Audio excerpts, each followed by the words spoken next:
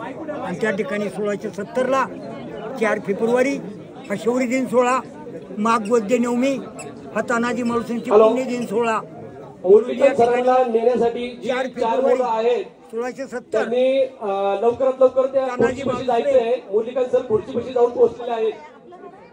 Swapnil Sambare sir यांनी गड कोंढाणा मोगलांचा किल्लेदार, औरंगजेबाचा सरदार राजपूत रणशूरांनी लढाऊ किल्लेदार उदयभान राठोड यांच्यापासून तानाजी मालुसऱ्यानं गडाच्या पश्चिमेच्या बाजूनं यशवंती घोरपडीच्या सहाय्याने द्रोणागिरीचा कडा चढून छापा घालून आणि उदयभानास ठार मारून तानाजी मालुसऱ्यांनी प्राण अर्पण केले गेले.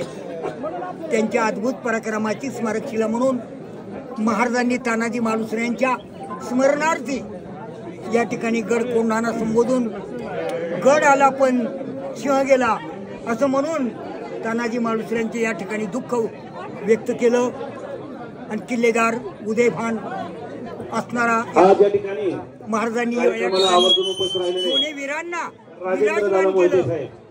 दोन्ही वीरांना विराजमान केलं आणि उदयभानूची समाधी बांधली.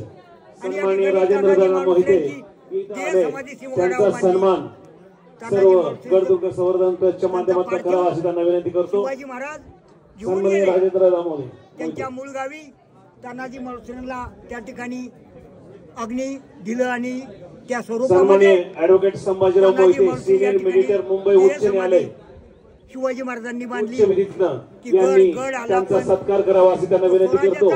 सन्माननीय जज महोदयांना विनंती करतो की त्यांनी सन्माननीय राजेंद्र दादा आणि या ठिकाणी समाधी सेनापती हंबीरराव मोहिते आणि आता सध्या धर्मरक्षक छत्रपती संभाजीराजे असा खूप मोठा बजेट घेऊन येत आहे.